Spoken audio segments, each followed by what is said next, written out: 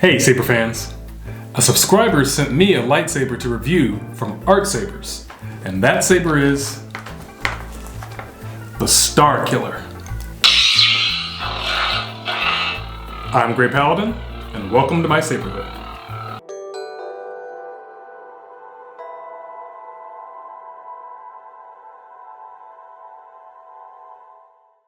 Since this lightsaber was sent to me by a subscriber, I don't have any information as far as purchase price or shipping lead times. But you can check artsabers.com to see what the current details are for this lightsaber. So, the first thing to note is this really nice carrying case. It's a hard shell protective carry case. It's got the Artsabers logo on the front, and on the back side, you've got May the Force be with you. What's really nice about this is it's really solid. Really comfortable handle here, and you've got these little lock pads on both sides so you can secure your saber so that way no one else can access it without your code. Let's open this up and see what's inside. This saber came with a heavy-duty 36-inch NeoPixel blade, a single battery charger, an Allen wrench tool, a spare toolkit, operation manual, and of course, the hilt. Now, let's get our close-up and dimensions and see what this saber is all about. As for the dimensions, the top of the shroud to the base of the pommel, it has a length of 11.5 inches. The diameter at the body is 1.4 inches. It has a blade depth of 1.8 inches, and the resonance chamber for the speaker is very shallow, so there's no clear dimension or distance there. And then it has a weight of 1 pound and 1 ounce. Some really nice features on this saber are the crystal chamber. It's pretty solid, but I would be careful with these two bars here. You don't want to squeeze too hard there because there is a potential of bending, but the outer edges of that are very solid. No issues there. Nothing's loose on this as long as all the screws are tightened down. One nice feature, the saber does come with this long stem brass pin blade plug, and it is a Neo plug. Has a really nice turbine look there and a good shine through. And then if you remove the blade plug, you can see the NeoPixel pins on the inside along with 9 colored LEDs shining through there. The crystal does react to the blade color and sometimes also the blaster deflection as well as lockup.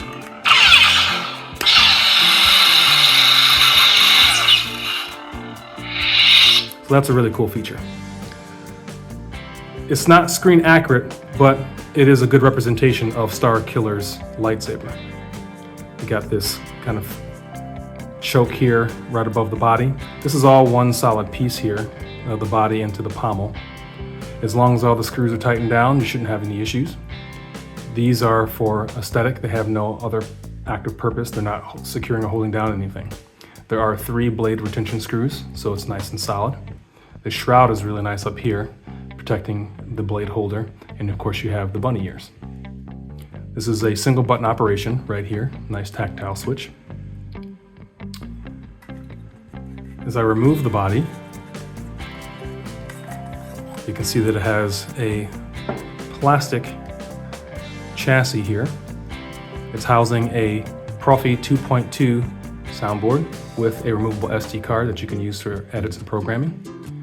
And also, you've got a USB-C port down here next to the speaker. The volume is pretty good. I mean, it's not rich bass, but it's loud enough that you can hear everything just fine when you're swinging the saber. Now I'll put the full-length blade in, we'll power it up, and see all the different fonts on this. There's a few things you can do while the saber's powered off, and of course the main one is turning it on. You can do that by pressing the activation button. This first font is a Kylo Ren sound font. There are 32 fonts on the saber that comes stock. To power off, just press and hold until the blade turns off. To advance to the next font, you want to press and hold for 1 second and then release. that advances you forward to the next font. If you want to go backwards in fonts, you want to do a quick press and then press it again and hold and then release. So press and then hold and then release. And now we're back to the Kylo Ren font. Advancing forward, this is what's really cool about the crystal chamber. As we know with Rey Skywalker, I'll just say Rey because she's not a Skywalker. Rey Who? Rey Skywalker. Incorrect. When you press the activation button, you kind of get that bluish green at the base of the blade, and then it turns into the yellow. You can see that in the crystal. Get a little closer for that.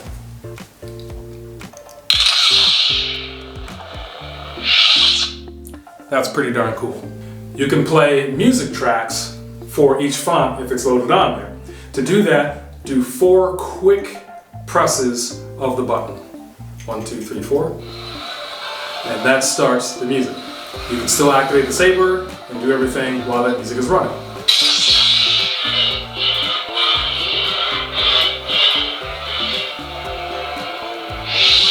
To turn the music off, 4 clicks again. You can also do that while the saber's on too. And there's the music. Turn it off. 4 clicks. To change the volume, press the button and then activate a clash. Enter volume menu. As you're in the volume menu, you can just rotate the saber. It'll get more quiet until it says minimum. Minimum volume. And then go the opposite direction to increase the volume. Maximum volume. Once you're all set, press the button and clash again. Volume menu end.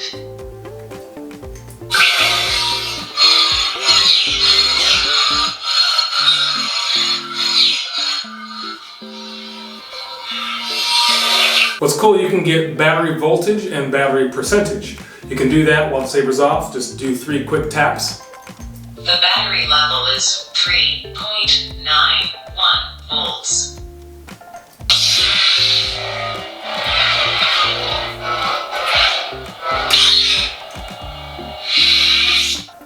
You can also get battery percentage by doing 3 quick taps and then hold and release.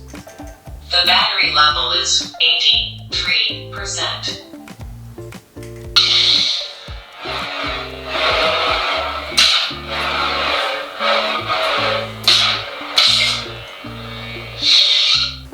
Now I'm going to work on with this, all the features while the saber is on. So, of course, you have smooth sling and accent swings. I have to say that the blade is quite heavy and it's not balanced well. The bunny ears here are kind of scratching my hand, the back of my thumb. It's really the only safe place to grip the saber because once you start getting into the crystal chamber, 1, you're just covering up that cool feature, and 2, you can kind of feel those rods flex a little bit. I'm afraid to bend them. If I hold it too low, it's just, the balance is just so awkward. I would definitely want to use a lighter or maybe even a shorter blade. But now that we're powered on, you have just a simple clash. You want to do lockup, press and hold the button and activate a clash. And what's cool is this has responsive lockup, which means that as you tilt the blade, that clash or that lockup will shift on the blade. And just release the button to deactivate that lockup. There's also a stab feature, just thrust forward and the tip will illuminate to give you that stab. Now there's also lightning block. Do 1 tap and then tap again and hold, and that will simulate almost like Sith lightning hitting your blade.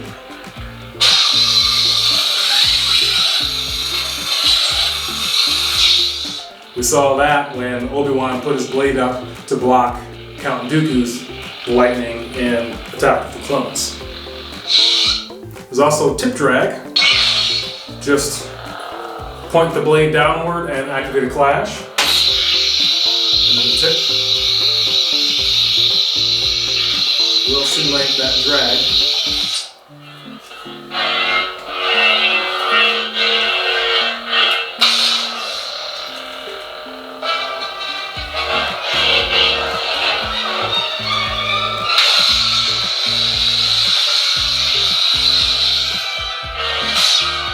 And also blast deflection, just tap the button once.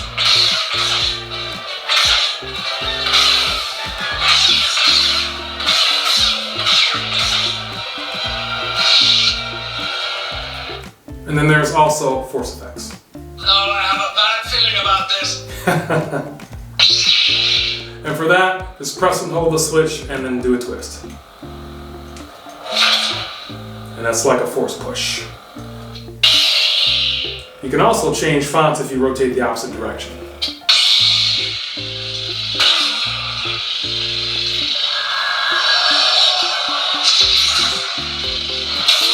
So I'm going to go to the next font. Just do that hold and twist counterclockwise for a new font, or clockwise for the force.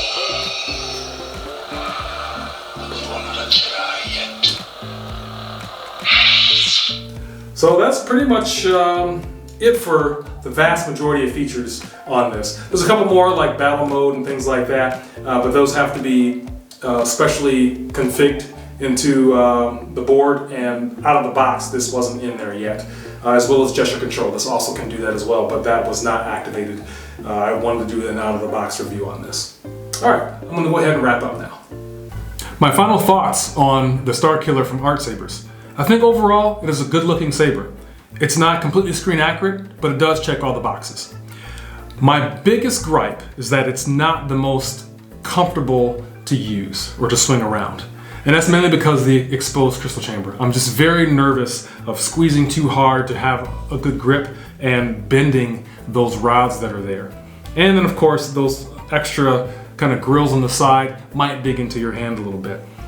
It's not the most comfortable to hold, just because in order to get a good balance with the blade, you have to either be up by the bunny ears, which again, you still have to be cautious of those rods on the bottom, or you're gripping down solely by the body, and that's just horribly unbalanced, especially if you have a 36-inch blade or even a heavy grade blade. So I personally always prefer 32-inch blades, and then mid-grade, not heavy.